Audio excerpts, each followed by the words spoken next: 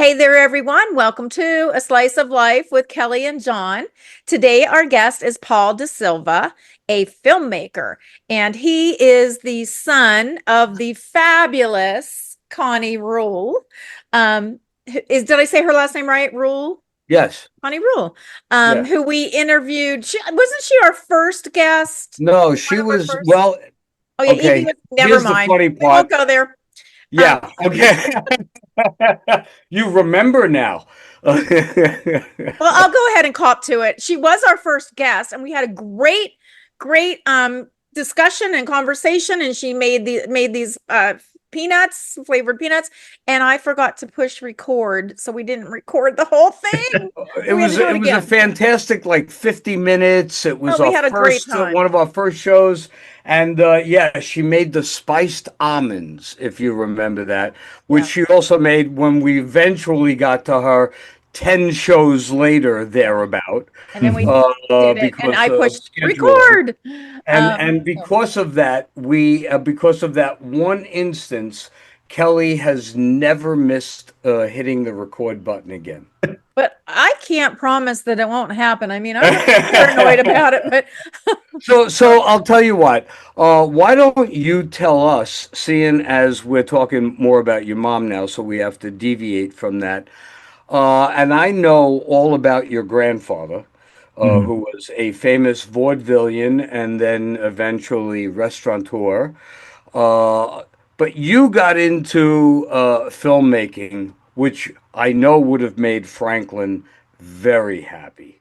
So, Paul, let us high school, where you went to high school, and how you got to be where. Right, I don't even know how many years since all that will encompass. So, go ahead. Yeah. Well, I grew up in Portland, Oregon. So I went to high school in Portland, at Lincoln High School, and they they actually had a small film club that I was in, where during lunchtime we would try to shoot what we could. But it was very What was the self-governed. format that you were shooting on then? What I kind of think camera? it It I think it was wasn't VHS, it was beyond that. it was just beyond. So I think it was high eight, which was like a consumer grade, Yeah, wow. slightly smaller VHS tape. And yeah, this was Hmm. 2000, you know, I graduated high school in 2005. So that 2001 to 2005 era was all of those weird analog Okay. formats that didn't really stand the test of Yep. time. Yep. So I shot a lot of things on that on mini DV. And then when I finished high school, I really wanted to study. I was really into 3D animation. So all through high school, I was trying to learn 3D animation, and I found this school, Vancouver Film School in Vancouver, Canada, that had a really good reputation for 3D animation and visual effects. And I kind of thought I wanted to do like game design kind of stuff. But I ended up going to that school, and while I was there, got exposed to more like VFX kind of stuff, visual effects, um, and I slowly kind of tilted more into the filmmaking side of things and away from the game side of things, which that's a pivotal moment that I'm glad for, I think, because um, uh, yeah, for many reasons, yeah.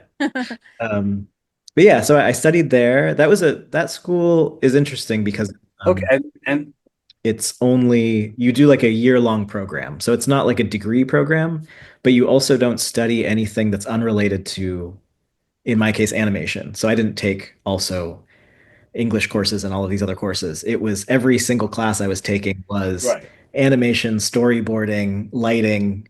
It was all film-related classes. So it was kind of like a deep dive on film, which was really cool.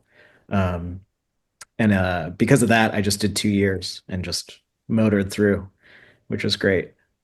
Okay, but also I think one of the important things was because and you brought this up at the time it was that. But as you progressed in a career, the formats of filming Yeah. changed almost every 18 Yeah. months. Right. Whatever you became adept at, it didn't matter anymore. You now had a new format that you had to learn and master. Yeah. Yeah, exactly. And I think in college I was shooting I think we were shooting on mini DV on the Canon XL1, which was a really cool Hmm. camera. That's the camera that they shot like 28 days later on. Um, so Yes. there was that time where digital and analog were sort of fighting, and everybody was wondering like who was going to come out on top. And digital was only getting Right. incrementally better every year, but it never felt like it was good enough to topple film in 2000, whatever that year was, in those early 2000s years. And obviously it got better. Like everybody knew that it would get better. It was just a matter of like where the line was where people would start considering that digital was good enough to be projected in a theater. And the funny thing was when I was in college, the girl that I was seeing at the time was a projectionist at a theater in Vancouver. And so she was working there. When she started working at the theater, they had like 8 screens and it was all 35 millimeter projected Digital. projectors. And Oh, it's in that all time, 35 millimeter. it was all 35 Wow. millimeter in movie theaters up until, 2003 or something like that. And then slowly they got one digital and they got rid of a 35 mil. And so then she had to learn the one digital machine. And then the next year there were like 3 digital machines and only 5, film projectors. And then within 2 years, the whole thing was digital. And it happened kind of quick at that point. But Yeah. yeah, at that time I was also like experimenting with I mean, everything I had learned was digital, right? Like everything I learned in school and even stuff that I learned when I was a kid wanting to learn 3D animation, it was all computer-based image making. And around that time, I got my first film camera, like a 35 millimeter, little still camera at a garage sale for like $2. And I started shooting on it. Mhm. And I just loved it so much. And it was so removed from digital filmmaking or digital image making that I stuck with it. And so I would shoot every month. I would try to shoot at least a roll of film and get it developed and Wow. go through all the motions. And uh, So okay, so then where'd you go to college? that was my college time. Was Vancouver Film School. Oh, Um, okay, okay. And then yeah. after college, did you head down to LA? No. So at that time, like the VFX industry was kind of split, where LA was still like the primary VFX industry, but Vancouver was growing really fast. So there was a ton of Yes, visual effects yes. companies there, and I think it was partly tax credits. So if you did all your VFX in Canada, Canada would give you half the money you spent back and all this stuff. And Hmm. so there were all these VFX companies, even VFX companies that were in LA were just opening branches in Vancouver and hiring people there just for the tax credits and stuff. So there was a ton of Yeah. companies, and I decided to stay in Vancouver, and I started working with this company that was very small. I was like their first employee. Um, they had opened like a year prior, and they were doing more like web, that kind of era, like 2006, 2007. Web series were really big. So everybody, I think because Hmm. YouTube was starting to get popular and there was Vimeo and there was the other streaming Right. services, people were like, well, I can't get my television show produced by HBO, so So I'll I'll just make make it my this own way. Right. and I'll put it on Yep. Put it on YouTube. YouTube. And suddenly there were these like little cult followings for web series that was Yep. really cool. Yep. And so we were doing a lot of work like that. And then If do I'm you not remember? mistaken, Yeah. if I'm not mistaken, isn't that how South Park started? Yeah, I remember the They pilot did it for in it. in a couple of little episodes, and it just word got around Yeah. about it. Yeah, yeah. I've seen the original And pilot, which I think that they remade for the first episode of South Park. yes, And I think that, yeah, I think they made that first pilot and it maybe got into some weird festival. Like there used to be a festival called Spike and Mike's Twisted Animation Festival. I think it might have been in there. I don't know if that's right. I think that festival might still exist, which is kind of cool. Um, but yeah, Okay, so I didn't mean to change the no, no. subject. I was just saying, yeah, I remember those short animated Hmm. series, only a few episodes here and there. Yeah. Then they'd go away or Yeah. something would happen. But Yeah, there yeah, were so many of that these was little that time. experimental things. Yeah, it was a cool early time. Uh, and so we actually got the company that I was with started doing all the work for, do you know collegehumor.com? That was it was just a I've heard of it. humor website in Yeah. the mid 2000s. But they did a lot of sketches and those sketches were millions of views and it was one of the first um it was like a hub for people to go watch like sketch comedy kind of thing. And so we were doing all the VFX work for that, which was funny because it was sketch comedy, so the bar was a little low for what we needed to make, you know. And they would sometimes just call us and be like, "Okay, we have this sketch, and we have three VFX shots. We need it back. Uh, we need it back tomorrow, or something like that." And so they would give us like 24 hours to like do whatever we could, and whatever we did, they put it in, and that's what went out. So it was kind of funny because it was like the quality was never that good. But because we were cranking out so much, I think we got better really fast because it was a just a volume thing. Like you just Yeah, do a ton exactly. of effects Exactly. You had and to do the best you could in the shortest period yeah. of time. That's great. And Okay, for a so first job, that was great for me because it made me work really fast, which was a good. and then was there some place between Vancouver and Brooklyn or just Vancouver to New York?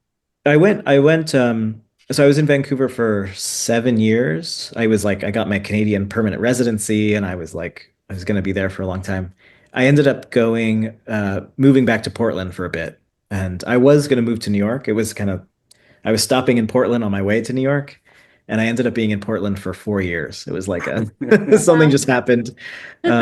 I was gonna spend like a couple months. My dad still lives in Portland, so I went to Portland. I was gonna spend a couple months with him, and then I was like, well, I'm here. I should, I need to get a job, even if it's temporary.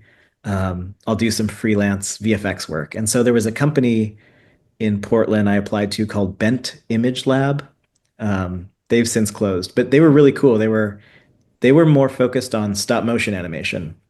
So Portland actually has like a really big community for stop motion. Like Will Vinton was from there. He's the guy who did like the California Raisins and Oh, wow. a lot of the early like. Do you know the Mark Twain animated? They showed in school a lot. It's like a claymation Mark Twain Yes, thing. He yes, I did that remember that. animation. He did a lot of like early formative claymation stop motion stuff. That's And great. and so he started a studio in Portland and Portland became like a hub um for stop motion animation. And so I was working at this place and we had a whole branch of stop motion animators and set builders, but I was doing the digital like compositing. So they would shoot the puppets on green screen, and then I would composite them into like different sets and stuff like that. Or, when you're doing stop motion, you'll often have like a rig, like the character might have like a little metal wire so they can Right. move the arm, or if a character jumps, it has to like connect to a rig Hold it that right. can jump for those frames. So somebody has to go in and remove that rig. So that was Removed it me. right. Yeah. But it was again, it was a really fun job. We were doing a lot of commercials. Um, any like stop motion commercials you saw in like 2010, 2012, kind of we did a lot of those. Hey, So it I'm was not sure what is Great. stop motion. I have to ask stop that. motion animation is like if you've seen claymation. Uh-huh. Oh, I hate saying this, Kelly. It definitely shows our age. Do you remember Gumby? Yeah. Yeah, Gumby is stop motion. Gumby, So all of his mud, like he'd move, and then they take a picture, and then they'd move him eighth of an inch or something, and Okay. different smile, and then they take a picture, and then it's just Okay. putting it all together, It's just a and series of everything pictures, that went on yeah. in the frames, background. I Yeah. guess. Right. Okay. Gotcha. So it's different from puppetry because puppetry is you're just filming a puppet talking like the Muppets would be. Okay. Stop motion is you're taking a picture and then moving the puppet Right. slightly and then taking a picture and then moving it slightly. And A lot of it's work. painstaking. Yeah. Oh, Um, it absolutely. can Yes. take, Isn't it like cartoons? I mean, isn't that how they used to do cartoons? Like yeah, drawings, hands-on. like a Yeah, series of drawings and Drawings, yeah, pictures? yeah, yeah. yeah, Many, many pages Yeah. and totally. stuff. Yeah, but We've come a long way. Yeah. yeah. Stop motion is a little scarier because if you are halfway through your animation and you bump the camera, you got to start over. It's Oh, a yeah, Oh because little, it'd be in wow. a different place and wouldn't. yeah. Oh. And the Right. lighting has to be the same Mm. and everything has to be uniform. So usually when you're doing stop motion, you're in a room that closes, that doesn't have a fan, that Never Yeah. thought nothing of it. can Yeah, change. yeah. Wow. Yeah. Actually, if I'm not mistaken, and I might be, but I'm one of the very first people to use claymation was Frank Zappa in his movie Baby Snakes. Yeah. Uh, I won't, it's a very hard movie to sit through for the original 3 hours that it was, and then they chopped it down to two, and it's still tough. And Yeah. I love Zappa. I love Frank Zappa. Oh yeah. Ah. Uh, Um, but um, but yeah, his that movie, most of it is claymation. He contracted some guy who was very new to doing that, and they actually show you many times how they make each individual scene by moving. It's I don't know how many frames to a second or 5 seconds or it's something. usually like 12 frames a second, so it's like Oh, half of film. jeez. And so yeah, if you It, want it to do could 10 take you seconds, it could take you an entire week to shoot one shot. Yeah. 5 minutes of film or 1 minute of film. I don't Yeah. know. It's got to be tough. Yeah, Wow. it's a lot of work. I actually just saw here they showed that animator after that Frank Zappa thing. He worked on this film in his garage for like a decade or something. It's like a half hour film, and Wow. I just saw it a couple weeks ago. And it's all claymation. It's called something like The Garden of Earthly Delights, but it's a play on that or something. I can't remember what it was called, but it's really cool. I'm It kind sure. of, And psychedelic. of course they were using. There's got to be. I don't. They were using film, 35 millimeter or Yeah, maybe 70 or something. yeah, I don't know. Now at least it's done digitally. You right. know. That might help, and plus Yeah, you could put in like what you do, backgrounds. You don't have to build a set totally. Yeah, behind it, but the characters still have to move. yeah, Okay, so he goes to back to Portland, and then yeah. I was working at that studio for a while. I was freelancing for a bit. I kind of just started living in Portland accidentally. Like once I had that job and I was kind of enjoying it, um, there wasn't much reason for me to move to New York. I think moving to New York was kind of a whim thing that I always just wanted to do. So once I got to and that's Portland, where you are right now, correct? it is where I ended up. Yeah, You yeah, could tell by his apartment, folks. This is a typical Brooklyn apartment. yeah, It's everything that you own in 2.5 rooms. yeah, exactly. And you're Yeah, happy to be there. yeah, Yep. yeah. So I was in Portland for 4 years, and I had an apartment and like had a whole life, and then eventually was finally like I'm ready to move to New York. And so by that point, it was kind of nice because I think that I've been in New York now for almost 9 years. Did you So did you have a job set up before you moved no, to New I York was I or was I was freelancing, and I had like one freelance job that was going to keep me busy for a couple weeks, and I had some freelance clients that I could work. I didn't have to be in the studio to work there, so they would send me stuff and I could work on got my it. laptop kind of thing. Right. So because I had those, I felt like, okay, I could do it. But I did move to New York with like my computer and a bag of clothes and maybe like $5,000 in my bank account or something. And, Ooh, enough that's to like, brave. yeah. Okay, that's a month's rent and not even a month's security. Yeah, yeah. Uh, Yeah. Well, I was very lucky. Actually, one of my close friends that I made in film school, um, he ended up moving to New York after Vancouver. And so he had an opening in his apartment. Like he was living with a couple other people and one person was moving out. And we were just talking one day and he said, "Yeah, I got to find a new roommate." And this was when I was living in Portland and I was like, "Oh, like I could be that roommate, you know?"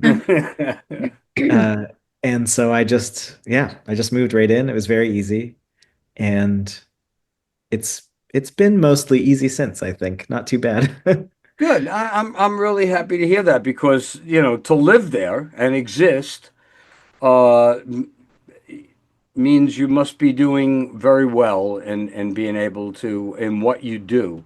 And so that means you're successful at it, and I'm glad. So what I'd like to talk about next is um, your grandfather's movie. Yeah, Um, I know you know a lot more about it than I do. I know your mom certainly does. Uh, it was called what? it's called The Last Supper, Littleton. Right. It was about. I Yeah, was going to say the Ten. I knew it was one of those big things. yeah, Okay, yeah, the Last Supper. yeah. Okay, got it. And he produced it in what year? Do you know? It was, I think, 1952, I believe. Okay, Um, and shot in color or black and white? it was shot in black and white. Yeah, On 35 millimeter. on 35, and Okay. and I believe it was one of the last films that was allowed to shoot in um, the actual chapel where the Last Supper painting exists. I think Really? there's some No kidding. shots that are there, and they So, would so allow how projections much of there. it was all filmed in Italy? I believe it was all filmed in Italy. There's a lot of like there are some soundstage shots which maybe could have been shot in the US. I think at this Okay. point it's hard to tell. But from my understanding is Well, the reason I'm most, bringing if this not all, up was shot is in is Italy. because it is an old film, Hmm. and it is literally film, old Yeah. film. And Paul has taken it upon himself to revitalize Yeah.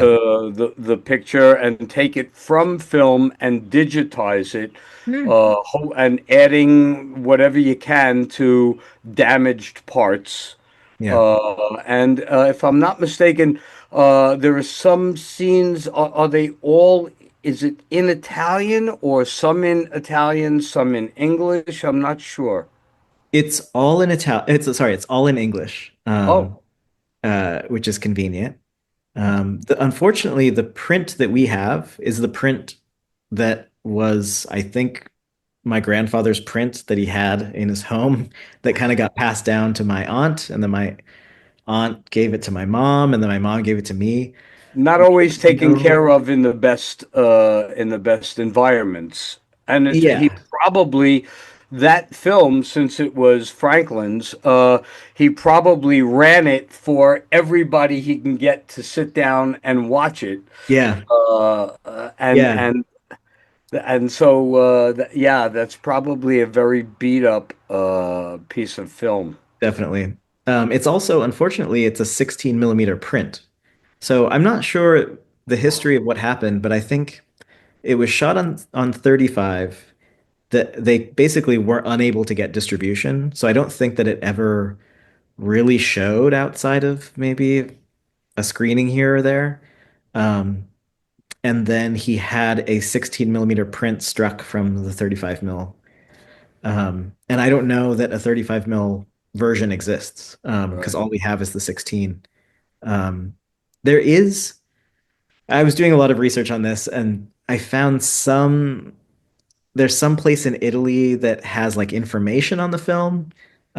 And they're kind of like a film archive, but I don't know that they actually have a print of it because I contacted them and couldn't really get that information. So I don't, I think we might just have the last surviving Yeah, Um, I'm gonna think so. And I they had a premiere for it in out in Colorado, yeah, which was cool. And I know I would love to be able to, before Little Italy in New York disappears. I'd love to be able to have some kind of showing of it down there. definitely. Yeah. 'Cause it's a great piece to show. Yeah. But I anyway, consider the so yeah, there was a lot of work that I did to kind of restore it. And it is scratched up and it's got a lot of dust and issues. The sound is also not great. So we did a lot of work to try to restore it. I consider the restoration a work in progress. So what do you think? What do you think back in that day? What do yeah, you think Franklin paid? I mean, was he the sole producer? Did he put up all the money? I think so. And what do you think he spent to make that? I think that there's actually a document that has the kind of like expenditures on a broad scale that my Right, mom right. has. I don't remember what that number is, and I know that I wouldn't know what it is adjusted for inflation or something like that. But No, not at all. I, Not at all. in my mind, I want to say it's something like 50,000, but That's all? I think 50,000 in 1950 or whatever it may Yeah, be. For I what don't back then? care. They were still making movies for hundreds of thousands of dollars back Yeah, then. So yeah. I'm sorry. I'm surprised. I thought he would have spent 200, 250 back I may then. be completely wrong. We No, can and look at and it. you may be completely right. Yeah, who knows? You know, and that could be the reason why it may not have shown. Who knows? I don't know. Well, my But I mom's think it's reasoning, just fantastic what you did and that what you undertook and have done for your family. yeah, That's really it great. was a cool project, and it's very I guess fortuitous that my skills are exactly suited for that That's task. why I said early on your grandfather would have been very proud Yeah, of Yeah. what you've done. Can it be yeah. seen online anywhere? We haven't put it online, and I don't know exactly where we would do that. It's a feature length? I think it's something like 80 minutes long. So it's like a feature length film, Yeah. uh, but I'm not sure. I don't think we could get it on some sort of streaming service or anything like that. But there must be some home for a feature length film that's accessible. I don't know. Well, you can make a website for it Yeah, we could or just put it on YouTube serve it. Yeah, could or yeah, maybe it could go straight to YouTube for sure. There you something go. like that. But Yeah. yeah, because I Well, so share it with the world. what's new? What are you working on now? What is a goal? Tell us some of that. Yeah. Um, well, in the last few years of being in New York, well, as a kid growing up in the 90s and watching like MTV and all of that stuff, music videos was always like my passion. Um, I'm not sure what it was about them, but I think it was just that at any Fun. time you could turn on MTV and just see like the Yeah. weirdest visuals, And I always thought that was like the coolest thing. And so now, in the past maybe like 5 years of being in New York, I've been pursuing making music videos. And I Nice. also play in a band here. And through that band, I've gotten to meet quite a few other bands. And it's all small bands. It's like local stuff, but it's cool that I can use my skills to help them make music videos that they otherwise wouldn't be able to make, Mm-hmm. at, Yeah. at like a production quality that bands with no access should not be able to achieve, Right. Um, so I don't know. It's been good. This is not a lucrative endeavor, making music Mhm. videos for indie bands.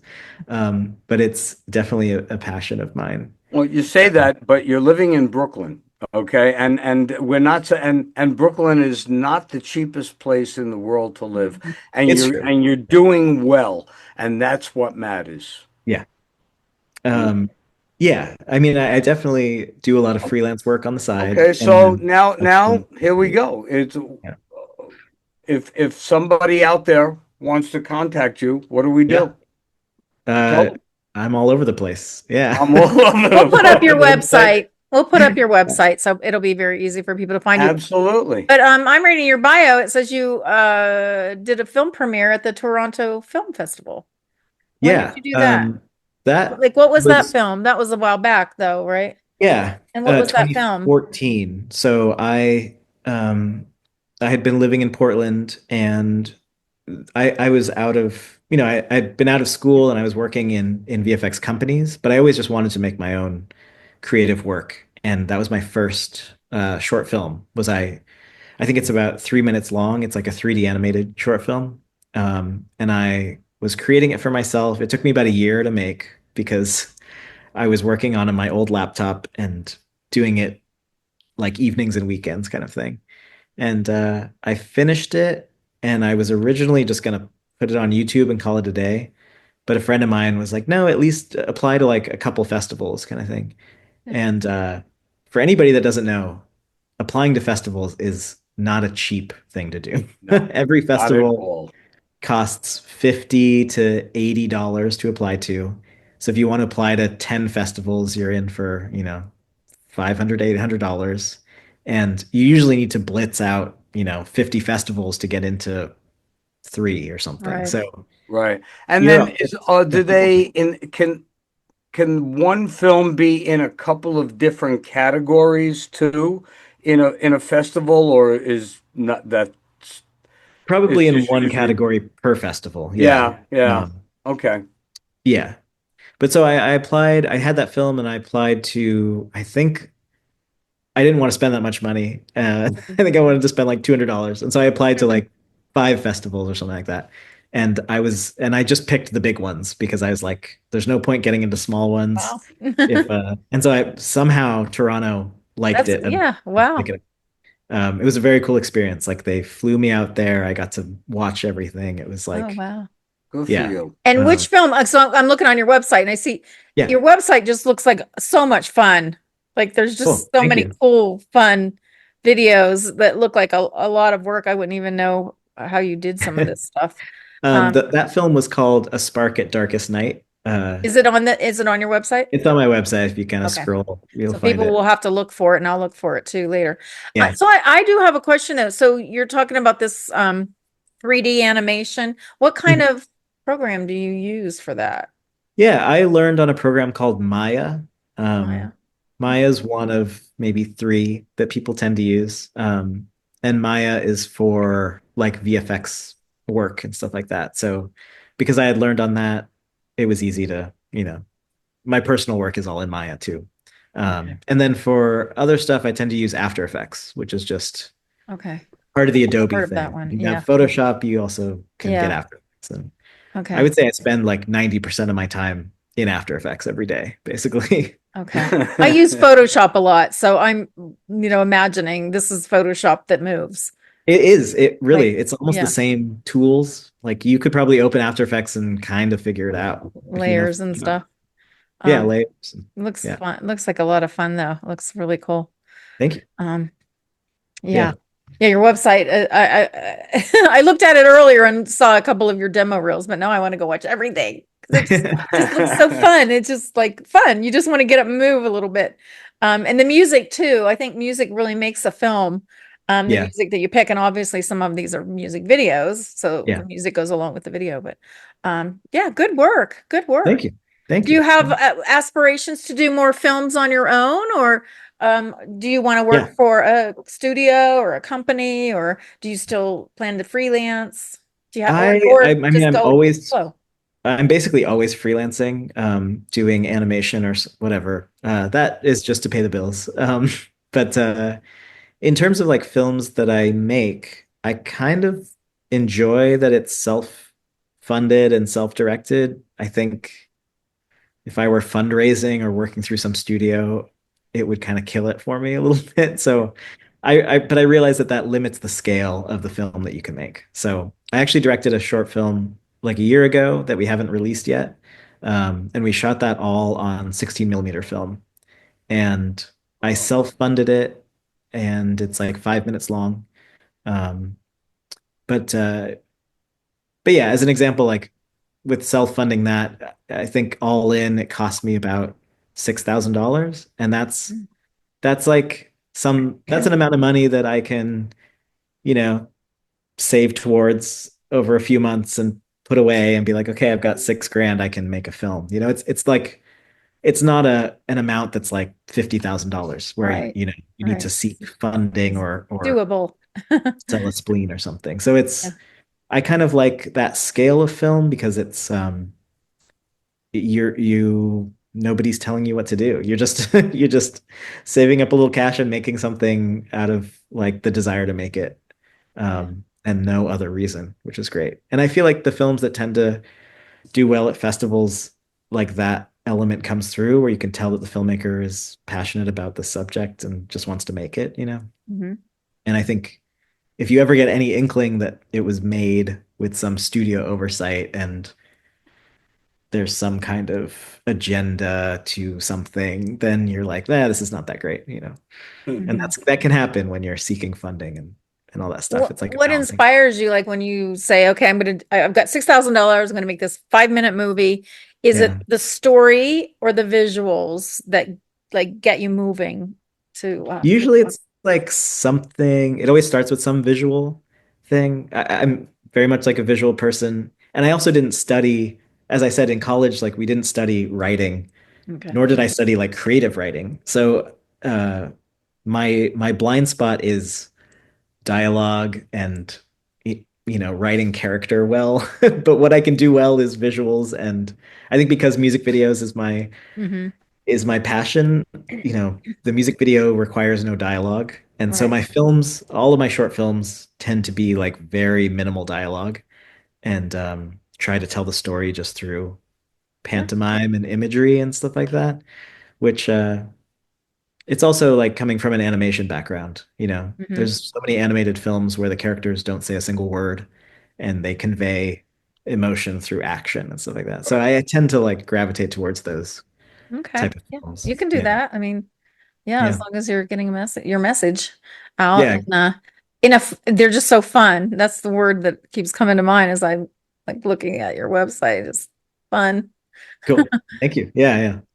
Oh, Yeah, I yeah. mean, doing music video stuff is interesting too because it it's kind of purposeless, right? Like watching a music video is it's not really selling you anything. It's just trying to get you to enjoy this band. And you probably Yeah. already like the band's music if you're going and watching their music video too. So it's kind of just like a cherry on top of a cake that already Well, was. when music videos started back in the 80s, Yeah, yeah. let's just say when MTV started, okay, Sure. because they had music videos before that. But the premise there was to get you to go out to buy the record.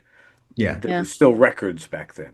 Yeah. Yeah. And to get you to buy the record. Here's the group, give you an idea of their humor or what they look like, or the pretty boy or the girl, and whatever it might have been.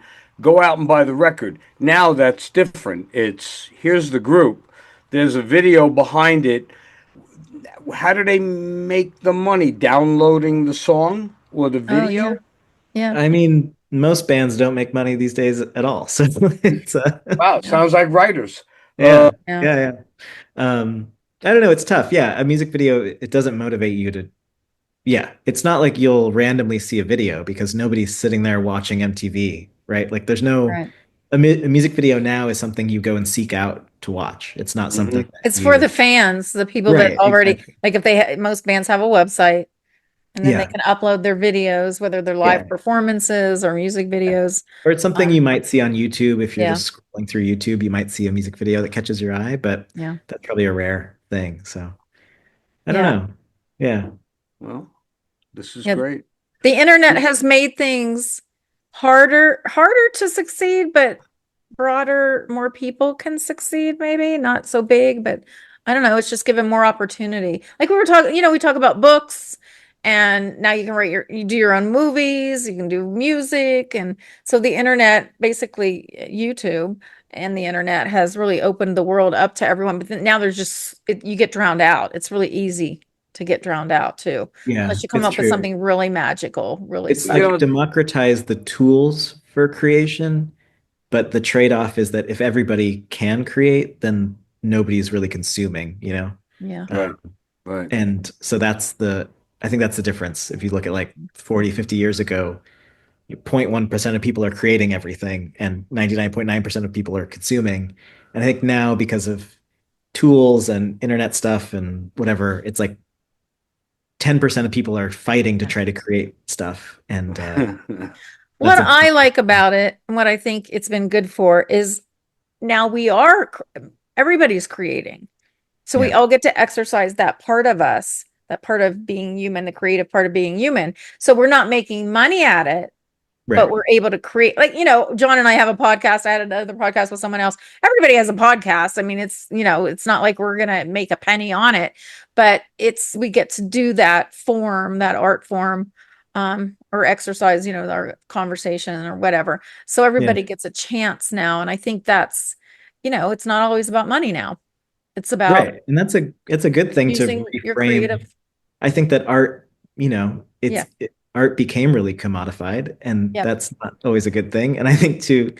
take away the profit motive from art a little bit and to have people reframe their desire for art or whatever it Yeah. is a positive thing. But I think for people like us who are career artists who need Yeah. to eat and stuff like that, you also need to figure out like how can you Yeah. make money with this art. And it's the slice of the pie that you're able to eat is smaller and smaller all the time. Yeah. Yeah. Food is good. That's important, an Yeah, important part yeah, of the creative process.